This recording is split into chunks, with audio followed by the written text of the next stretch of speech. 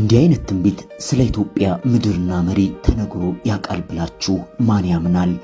ነገሩ የሆነው እንደ አውሮፓውያን አቆጣጠር በፈረንጆች 2016 ኦገስት 12 ላይ ሲሆን ኢትዮጵያ የምትባለውን አገር መፈጠሯን እንኳን የማያውቅ አይደለም እሱ በጉባኤ ውስጥ እንኳን ኢትዮጵያ የምትባለውን አገር ሊወክል የሚችል ሰው በሌለበት በአንድ መድረክ ውስጥ ካሊፎርኒያ በሚገኝ ቤተል በተሰኘ ቤተክርስቲያን ውስጥ አንድ የእግዚአብሔር ሰው ክሪስ ቫልቶን የተባለ ተናጋሪ መሪና በትንቢታዊ መልእክቶቹ የሚታወቅ እንዲሁም ጸሐፊ የሆነ አገልጋይ ብድግ ብሎ በሚያስተምርበት መሃል ድንገት ስለ ኢትዮጵያ ይናገር ጀመር። ታዲያ እዚህም እዚያም እግዚአብሔር ኢትዮጵያን ያስባት ኖሯልና እንዴትና በምን አጋጣሚ እንደሚናገር ራሱ የሚያውቅበት እግዚአብሔር ለዚህ ሰው በመልእክት ተናገረው። ሰውየው በመሃል ድንገት ስለ ኢትዮጵያ መናገር ጀመረ።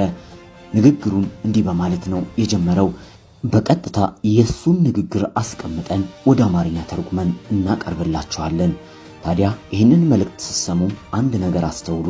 ይህ መልእክት የተላለፈው የዛሬ 9 ዓመት ወይም እንደ አውሮፓውያን አቆጣጠር በ2016 በነበረ ፕሮግራም ላይ ሲሆን በዛ ሰዓት አሁን ያለው የኢትዮጵያ መሪ ጭራሽ መሪ ያልነበረና ከዚህ ንግግርና ትንቢታዊ ቃል በኋላ ከ2 ዓመት በኋላ መሪ የተደረገ ሲሆን ይህን ግን አስቀድሞ እግዚአብሔር እንዴት እንደሚመለከትና እንደሚያይ ማሳያና ምልክት የሆነ ነው።